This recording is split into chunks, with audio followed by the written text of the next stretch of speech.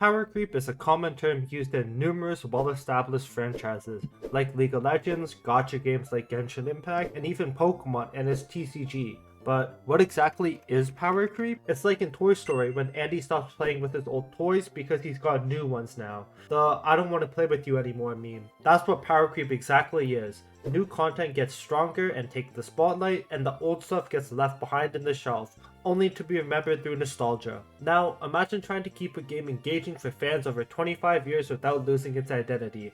How would you go about doing that?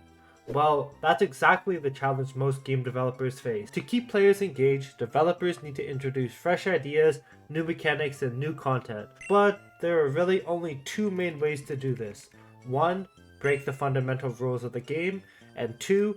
Add new elements that are stronger or more impactful than anything that came before. Both methods can work in the short term. You get more powerful characters, game-breaking abilities, or crazy mechanics that shake things up. Players get hype, the meta shifts, and everything feels new. Now, with all this talk about power creep within the Pokemon community, does it actually statistically exist in Pokemon? In this video, I'll be answering this question by looking at a myriad of questions. Average base stat total per generation. Second, average base stat total per stat per generation. Third, base power of special and physical moves. Fourth, max stats per generation. Fifth, what are good and bad typings and how many were introduced in each generation. The first graph illustrates the highest base stat total per generation, with the top 3 generations being Generation 9, Scarlet and Violet, Generation 7, Sun and Moon, and Generation 4, Diamond, Pearl, Platinum, and the lowest 3 being Generation 1, Red, Blue, Yellow, Generation 2, Gold and Silver, and Generation 3, Ruby, Sapphire, Emerald. So, is there an increase in base stats?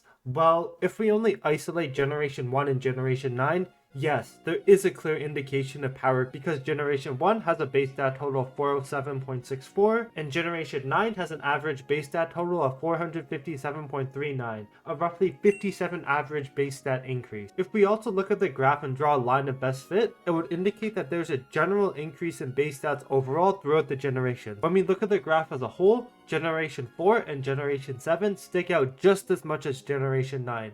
And that got me wondering, why are they higher than the rest of the generations? These 3 generations have an exceptionally high average base stat total because of the number of legendaries, ultra beasts, mythicals, paradox, and the evolution of older Pokemon introduced. For example, in Generation 9, 25.83% of the Pokedex are either legendary, mythical, or paradox. In Generation 7, 29.5% of the Pokedex are either legendary, mythical, ultra beasts. In Generation 4, there is an abundance of new evolutions from previous generations like Ambipom and a myriad of mythical and legendary Pokemon. Pokedex numbers 461 to 478 are all Pokemon that are evolutions from previous generations. Though Generation 4 has a fair share of baby Pokemon like Mime Jr., Manti, Capini, and more, the amount of legendaries, mythicals, and new evolutions offset the amount of baby Pokemon in this generation. On the flip side, let's look at the 3 lowest generations. Simply put, Generation 2 and 3 are amongst the lowest base stat totals due to the number of baby Pokemon that were introduced in these games, such as Pichu, Cleffa, Igglybuff, and more. And just overall notoriously weak Pokemon such as Sunkern, Unknown, Smeargle, Shedinja, and way more. Generation 3 in particular has an abundance of early game Pokemon. The Wurmple line, the Lotad line, the Ralts line, the Zigzagoon line, the Wango line, and the Poochyena line. And some very forgettable Pokemon alongside it, with low base stat totals like Spinda and Lovedust. So this also got me questioning, what would happen to the average base stat total of each generation if specific categories were removed? These categories include Baby, Legendary, Ultra Beast, and Paradox. If they are so integral that they drastically change base stat totals, how will the average base stat totals per generation exactly change? Comparing this graph to the graph before the filters, the graph relatively remains unchanged, where the highest base stat totals remain high and the lowest base stat totals remain low. However, the generation with the most amount of legendary, ultra beast, mythical, paradox Pokemon saw the most significant drop in both Generation 7 and Generation 9. But again, if we isolate just Generation 1 and Generation 9, it shows that there is some power creep, but not as drastic as the first graph. If we draw the line of best fit, it would show that there's a general increase in base stat total after the filters, but not as strong as the first graph. If we look at the difference between the average base stat total before and after the filter, there's a general clear upwards trend in how much base stat totals each generation lost, with the outliers being in Generation 2 and Generation 8. Average base stat totals after filters got me questioning, is there a correlation between average evolution stage and generation? Here's the highlighted table. Most of the generations cluster around the 1.6 to 1.67 range, but there are two key generations I would like to highlight. Generation 4 and Generation 8. Generation 4 having an average evolution stage of almost 2.0, because that means the majority of Diamond, Pearl, and Platinum Pokemon are second stage Pokemon. Then we look at Generation 8, because on the after filter graphs, it ranks the second highest average evolution stage per generation. Now again, this got me questioning, why is that so? Generation 8 introduced new evolutions for older Pokemon thanks to Pokemon Legends Arceus. Evolutions like Weirdeer, Cleavor, Ursaluna, and Overqwil are all considered Generation 8 and increase the average evolution stage, while also contributing positively to the average generation's total thanks to their high base stats. Furthermore, unlike Generation 7, where Alolan forms retained the same Pokédex number and shared base stat totals with only minor adjustments, Generation 8's regional Pokemon were treated as entirely new Pokemon. These forms often featured completely different typing, abilities, stats, and even Pokédex numbers. In Generation 8, these Pokemon did not need to have a pre-evolution or an evolution line, as they are an extension of pre-existing evolution lines. Some Pokemon within these categories include Obstagoon, Berserker, Curselas, Surfetch, Mr. Rhyme, and Reunigress. To further prove this point, the average correlation between evolution stage and base stat total is 0.398, indicating that there is a moderate positive correlation between the two variables. All of these graphs show that there's a definite increase in power creep within Pokemon across generations. Let's move on to question number 2 to see if we can continue supporting this evidence. This graph displays the average base stat totals of each generation broken down by average stat for each generation. Again, if we strictly compare Generation 1's average stats and Generation 9's average stats, all of the averages have gone up between the range of 5 to 13 points. Across all stats, there's a general upwards trend in each stat, suggesting that there is some type of power creep. The HP stat and attack stat are the two stats that have jumped up the most, meaning higher prevalence of bulkier and offensive Pokemon. Surprisingly, speed is amongst one of the stats that have jumped up the least, as speed power creeping is the stat most people talk about when they talk about power creep. Garchomp has a base 102 speed, which was really good for Generation 6 and 7 Smogon single battles, because it outspeeds all Pokemon that could be potential threats to Garchomp at 100 base speed, like Salamence, Flygon, both Megazords, Thundurus, Megamedici, Jirachi, Hydreigon, and many more. Fast forward to today, and Garchomp can barely keep up with these Pokemon in the meta like Iron Bundle, Chien-Pao, Fluttermane, Cyclizar, Roaring Moon, Walking Wake, Dragapult, Zacian, Zamazenta, and even the pre-evolution of Dragapult ties speed with Garchomp now. Generation 4 marks an important trend, as there's a notable increase in the average base stats compared to earlier generations. Generation 6 breaks this trend slightly because of the relatively small number of Pokemon that were introduced, 72. Impacting the overall average. Generation 7 is a big outlier in the dataset because of numerous Ultra Beasts that are incredibly specialized Pokemon with ridiculous stats potentially skewing specific stats. Kartana has a 181 base attack and almost nothing in special defense, special attack, and hit points, and Guzzlord has 223 HP. Despite these anomalies, the overall trend from Generation 1 through Generation 9 still supports the notion of increasing stat power over time, consistent with the concept of power creep. Let's move on to the next graph to see if base power of special and physical moves have increased at all. This graph shows the average base power of moves split between physical and special attacks. There's an upwards trend in both physical and special moves, and if we solely isolate Generation 1 and Generation 9 as we did with the previous graphs for both physical and special moves, we can see that the average base stat total has increased drastically. Just looking at the average base power graph doesn't paint the full picture. Many of the moves introduced in earlier generations are either staple or common moves that are still used to this day.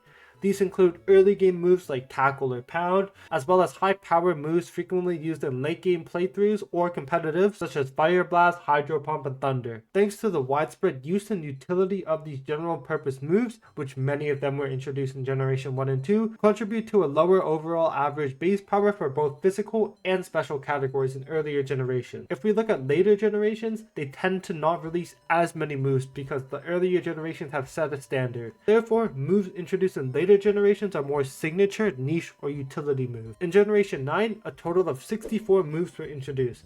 87.5% of them were signature moves. The shift in later generations is the reason why later generations like Generation 6 to 9 have way higher base power than earlier generations.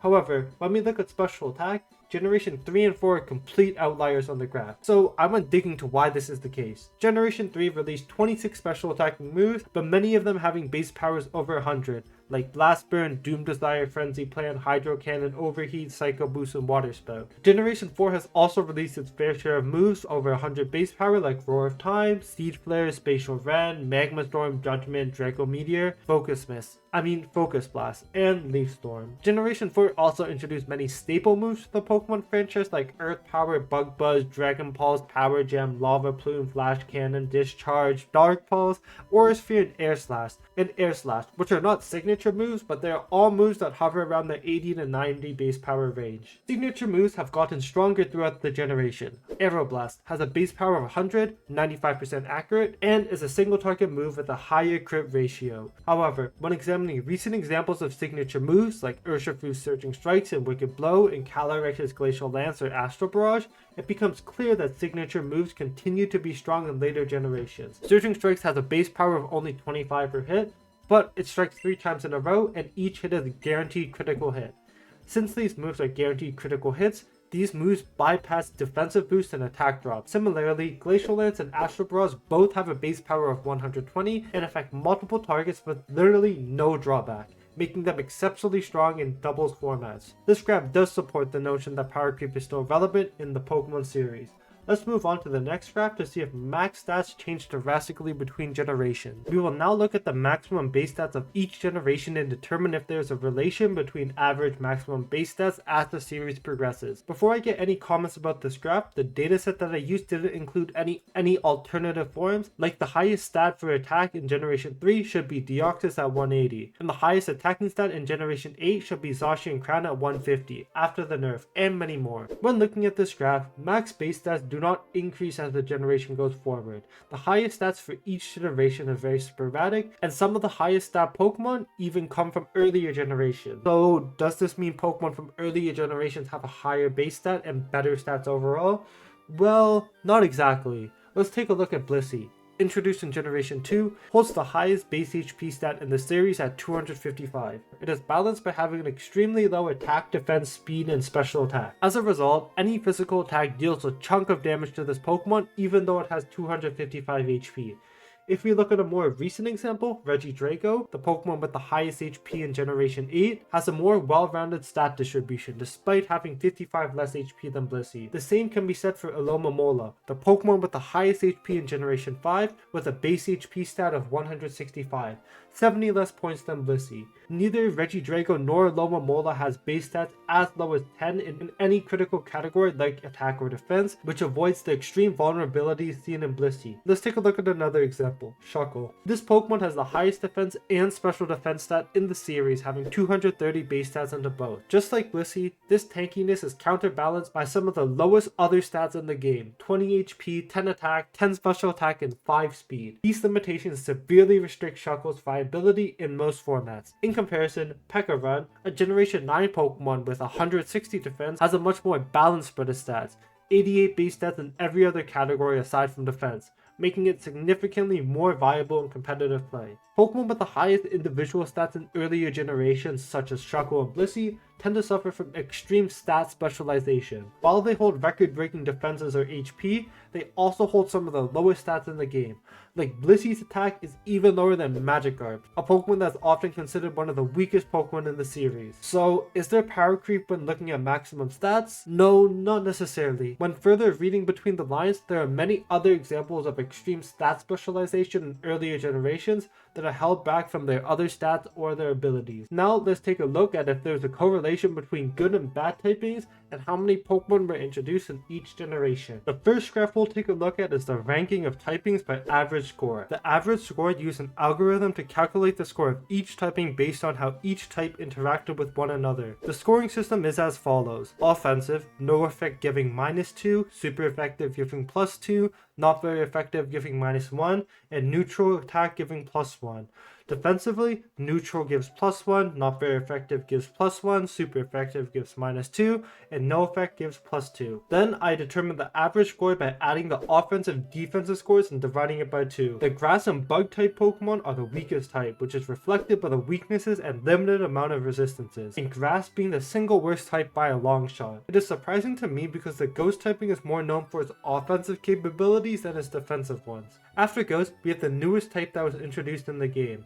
Back in 2013, the fairy typing. The most surprising thing to me was the steel and dragon typing falling in the middle range of typings. Even though competitive, they are known to be one of the strongest typings in the game. Alongside with the fairy typing, these three types are a very oppressive core in the fairy dragon steel core. Now, why is this graph significant? The first graph is a heat map showing the number of Pokemon of a specific type introduced in each generation, which is used to calculate something more important in the next graph. This next graph shows the weighted average of type effectiveness based on the number of Pokemon types introduced in each generation.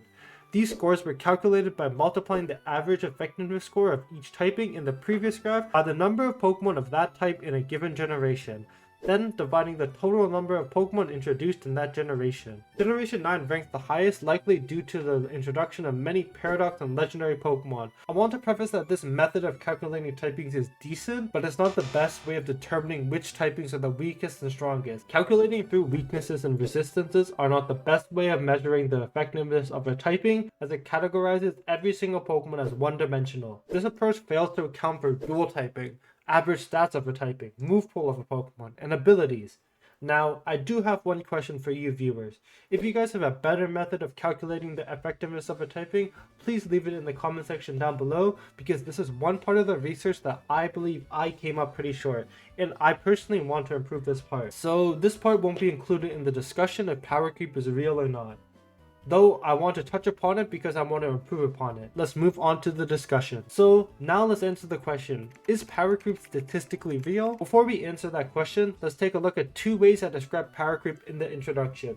1. Break the fundamental rules of the game, and 2. Add elements that are stronger or more impactful than anything that came before. Some of the more recent Pokemon break the fundamental rules of the game, such as Urshifu Rapid Strike with its ability Unseen Fist. This ability makes it so that Urshifu is able to hit through Protect no matter what move it uses. Back in Generation 4, the only way to break through Protect was the move Feint, which is a 30 base power physical move that only hits if the target uses Protect. Not only do we have a Pokemon like Urshifu Rapid Strike that can hit through Protect with any single move, but we have two signature moves that can hit through Protect.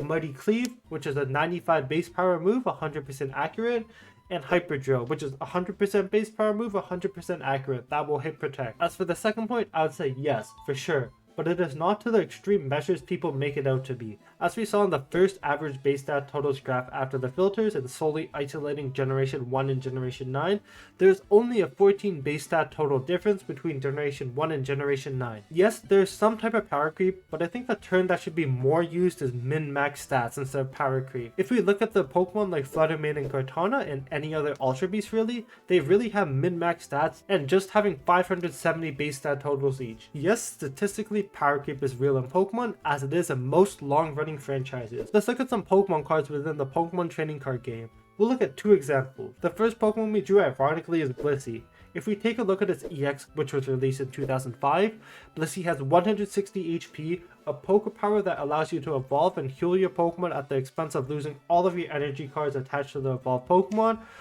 a 1 energy supporting move, and a 4 energy flat 60 base power damaging move. Now let's have a look at Blissey V from Silver Tempest, released in 2022, which has an ability that does a fraction of what the old Blissey EX did, but add no harm to the Blissey card, and an attack that combines Unseen Force's Blissey's energy absorption into an attacking move that scales off how many energies the Pokemon has. Lastly, the HP stat of the Silver Tempest Blissey is almost 100 base points higher than the Unseen Force's Blissey. Now let's take a Bouffalon. Both Bouffalons have the same HP, but hit points do not show the full picture of this card. The Pokemon on the right, the Stellar Crown Bouffalon, has an ability called Curly Ball, where all basic normal type Pokemon take 60 less damage from your opponent's Pokemon when Bouffalon is on the field. If any attacks are less than 60 damage from your opponent, Bouffalon is going to take no damage. so effectively Bouffalon having 160 HP. Looking at the stat like Crown Bouffalon, it has a move that costs 3 colorless energy, so any type of energy will work, to do 130 damage to your opponent at the cost of not being able to attack on the next turn. Then if we look at the legendary Treasures Bouffalon, 2 colorless energy to do 20 damage plus 70 damage if your Pokemon was knocked out the turn before, and a 4 colorless energy attack that does 80 damage, and if heads it will do 20 damage to itself. Though the 20 plus 70 damage might look enticing, it is very conditional and very limited to pull off in a game, because to win the Pokemon TCG match, players must take 6 prize cards, which are taken from knocking your opponent's Pokemon out, and therefore you only have 5 chances to use this move. The 6 number is even less nowadays because when EX and V cards are knocked out, your opponent takes 2 prize cards. So whether you're looking at the TCG or Pokemon stats, it's clear that power creep is very real in Pokemon, just like in many long-running franchises. As the game evolves, so do the mechanics, strategies, stats, and even the players, often favoring the newer over the old. I hope you enjoyed this video. If you did, I would appreciate that if you hit the subscribe button, hit the like button, and comment down below what you thought of this video. Until next time, peace.